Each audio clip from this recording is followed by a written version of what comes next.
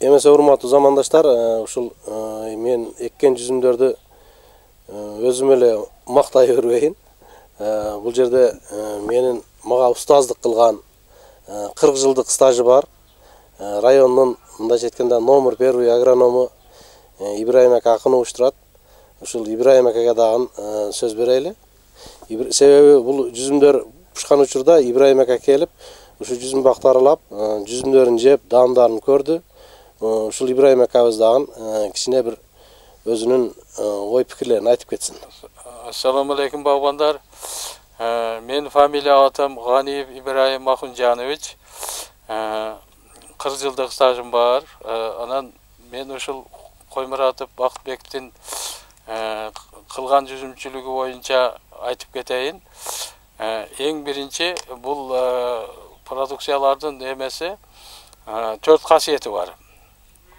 Биринчиден биринчи эмеси транспортабельность. Бул азыр биздин жүзүмдөрдүн көпчүлүгүн мындай карасаңар, 1 күн, 2 күн, 3 күндөн кийин товарный битин жоготуп коет. Бул 1 айга чейин товарный битин жоготпостон өзү эме менен жүрө берет, дарактын өзүндө турса дагы көп көтөрөт. Экинчи эң зарыл болгон касиети бул орууга чыдамдуулугу. Бул өзүбүздүн жүзүмдөрдү неблагоприятный обстановкада көрө турган болсоңуздар, былжырап баягы оруу өтүшүп кетет, анан орууларга чыдамы жок. Мисалы үчүн үсөңгү, баягы дамский палец, ошого немелер. Анан үчүнчүсү эмеси бул эрте бышат, 2 ай мурда. 2 ай мурда бышат дагы, бышкандан кийин анан мунун эмеси эрте бышып, эрте жетилип, эрте эме болот. Анан үчүнчү негизги кыслаттарынын бири эмени өзүнүн товарный битин жоготпойт деп айттык, больной жерин айттык. Анан морозостойкий суукка чыдамдуулук жерлери бар, суукка чыдамдуу. Анан түшүмдүүлүгү жакшы азыктандырып карай турган болсо 80 килограммга чейин берет. Эгер баягыдай кишмиш сорттору боло турган болсо 100 килограммга чейин бере алат. Анан эң жакшы эмеси вкусовые качества, мускатный, анан кийин цитрусовый, клубничный, анан ошол баягы эмелердин даамы берилип турат. Муну Өзбекстандын меймандары келип даамын көрүп шок болуп калды да. Неужели ушундай эме болот депчи. Бул эми бизге районубузга болуп аткан эң жаңылык. Мисалы үчүн алып, мына бизде Хайдаркан зонасында жүзүм болбойт дейт. Хайдарканда абарып өстүрсө болот. Майдан зонасында өстүрсө болот. Анан Окуна, Кызыл Булак участкаларында дагы өстүрүп көбөйтсө болот.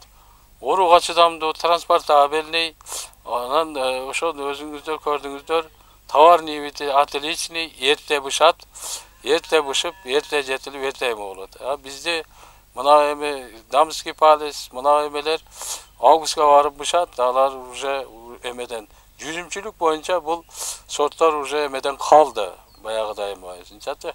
Азыр новаторство менен алга карап жылы барып атат. Ассаламу алейкум, урматтуу багбандар. Менин атым Бактыбек, фамилиям Коймуратов. Баткен областынын Кадамжай районунун Исхак болот турган айыл өкмөтүндө Ирлеш айылында жашаймын. Ассаламу алейкум, урматтуу багбандар. Башкача айтканда багжар атынан сүйүүчүлөр. Мына бүгүн 19 март 2024 жыл Баткен областынын Кадамжай районунун Исхак болот турган айыл өкмөтүндө Ирлеш айылында Европадан келген кичинекей жаш жаңыдан болгон жүзүм бактын алдында турабыз. Мен бул жүзүмдөрдү алып келип көктөтүп өстүрүшүмө негизги себеп ошол менин үйүмө келген ушул өзүбүздүн райондун салкын жериндеги тааныш досторум, ушул өзүбүздүн баягы келин бармак, үсөн жүзүмдөр пушкан убакта келишип, жүзүм бактын астында жүзүм жеп отурушуп, анан бизде дагы ушундай жүзүм бактар болсо, жүзүмдү өз колубуз менен үзүп жесек дешип, бир өздөрүнүн каалоолорун айтышып, кичине сүйлөшүп отурдук. Анан ошодон кийин мага ушундай эрте пиша турган ошол Кыргызстандын салкын айылдарында дагы кеңири пиша турган жүзүмдөрдү, чилги жүзүмдөрдү алып келип эгүү ой ойгонду. Ошон үчүн бул жүзүмдөрдү мен алып келгеним себеби бул максатым ошол Кыргызстандын салкыныраак айылдарында көбөйтүш болгон үчүн азыр эми түшүмгө кирген учурда эле реклама кылып келгиле алгыла эккиле деп эме кылып жүрөмүн. Ушул жүзүмдөр пышкан учурда менин тааныштарым келип бактан жүзүмдөрдү жеп, мына бизде ушул алма баягы бак алма пышкан убакта ошол менен бирге пышты да бул жүзүмдөр. Келип жешип көрүп, муну неге таркатып атасың? Андан көрө эрте пышат экен.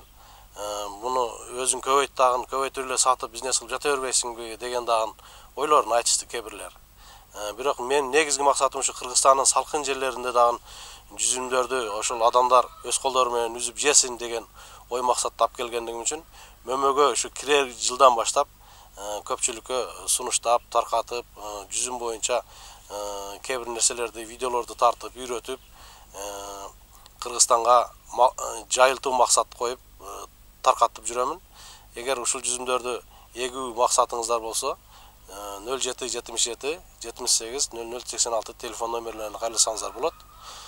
Бул жүзүмдөрдүн артыкчылыгы ооруга чыдамдуу экен, кышында суукка да чыдамдуу экен. Биздин жүзүмдөргө караганда 2 градустан 3-4 градуска чейин сортуна карап. Анан негизи даамында мускатный, өзгөчө изобелный, цитрусовый мөмө жемиштерин жыты келген бир башкача жүзүмдөр экен. Мен негизи ошолорго кызыктым көбүрөөк. Анан бизде мисалы бул жүзүмдөрдү бул жерге адаптация кылып көндүрүп биздин өзүбүздүн ысыкка азыр толук биздин Кыргызстандын климатына көнүп даяр болду бул жүзүмдөр. Керек болсо мына биздеги дамский пальчиктерден дагы ушул 3-жылы дамский пальчиктер 7 метр өстү. Бул жүзүмдөр 12 метрге чейин өстү. Мени таң калтырган ушу болду. Жүзүм эгип өз колум менен үзүп жеп көбөйтөйүн деген максаты бар адамдар кайрылсаңыздар болот. Телефон номерим 0777 78 0086 телефон номерине кайрылыңыздар. 2-жыл. Анан 3-жылы Кудай кааласа мына зындар тартып даяр кылып койдум. Ибраим ака бул азыр манабы биринчи себеби баягы мөмө шакты буга байлайбыз да. Мөмө шакты буга байлаганда жаңыдан чыккан мөмө шактар ошол баягы 1 жылдык шактан чыккан кезинкисини мунага байлап кеткенге. Кийинкилеринен 40 сантиметрден. Биринчиси ушу 20. Кийинкилери 40та. Жүзүмдөр Ибраим ака өзүңүз дагы көрдүңүз. Ар бир нодалары 3төн жүзүм кылды. 3төн жүзүм кылды. Мен буларды жаш эмеле 3-жыл деп ойлодум, бирок даам алды ушул 100 баштан ашык мөмө кылдыларчы. Ушу кичине эле жүзүм мына бул калып кеткендер да. Тетерилип, муну ошол тоок жеди, башка болду.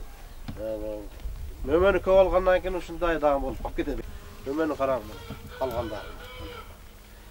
Жакшы. Эмелери өсүшү, эмелери сабактары жакшы. Акылда экен. Жакшы, толук эле жетилип, эме мына сурттары толук эле жетилип пышты. Уже кызарып жетели. Бул эски шак. Бул мындай айтканда 2 жылдык шак. Мыналардан дагы ушул 2 бүчүр, 3 бүчүрдөн кылып калтырып койдум. Булардан дагы мөмө кыла берет. Анан мына ушул 1 жылдык сурт. Буну да калтырып койдум мөмөгө атайып. Мунда дагы мөмө боло берсин, мунда дагы. Мында дагы мөмө боло берсин деп атайып калтырдым. Себеби бул жүзүмдөр ошол былтыр эле 100 баштан ашык эмени жүзүмдү жеткизди да. Ибраим ака, мына жүзүм. Бул жүзүм эме 85 баштан ашык мөмө кылды. Анан бул жүзүмдүн мага даамы жаккандыгы үчүн ошол мөмөсүнү июлдун башында жедик дагы, жеп көрүп жаккандыгы үчүн мына 1 бизде пархама метод деп коет го. Мына 2, мына 2 шак. 2 шак көрдүңүзбү? 2, анан балкы 3, мына 4, 5-чи. Ошо июлдан кийин анан көмүлдү. Бул жагын паркама кылып көмүп койдум. Чтобы баягы дамы жаккандыгы үчүн көчөт кылып даяр болуп калсын деп. Бул жагында ошо жүзүмдөр пышып тура берди.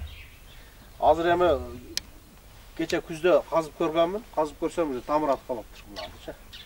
Булар эми даяр көчөт болуп калды, бирок кеч көмүлгөндүгү үчүн анча жакшы өсөлбөдү. Эми Ибрайым ака, бул мынау баягы мен айткан мускат таамы бар ландыш деген жүзүм. Мунун мага жаккан жери даамында мускат таамы бар экен. Анан негизи бул жүзүм мына мисалы биздеги үсөн жүзүм менен дамский пальчик. Үсөн жүзүм мисалы мен кызыгып өлчөп жүрөмүн. 1 жылда өскөн сурку 1 жылдык шагы. 5,5 метр өссө, дамский пальчик 7 метр, 7,5 метрге чейин өстү. Мынабы 3-чү жылы ушул ландыш деген 12 метр өстү. 12 метр өстү, ушул 1,5 метр шагы пышпай калды. Анан раса ошол немени 10,5 метрден пышкан шагын кыркып коюп, келген адамдарга 10,5 метрди өлчөтүп дагы көрсөттүм, метрди. Көрүшүп алып, көпчүлүгү таң калып күлүштү. Бул 3-чү жылы эле ушул 12 метр өстү деп өз көздөрү менен көргөндөн кийин чында бир али адамдарга кызыктуу болот экен, күлүшүп. Биринчи айтканымда биринчи угушуп ишенишкен жок биринчичи. Келип анан өз көздөрү менен көргөндөн кийин баардыгы таң калып ишеништи.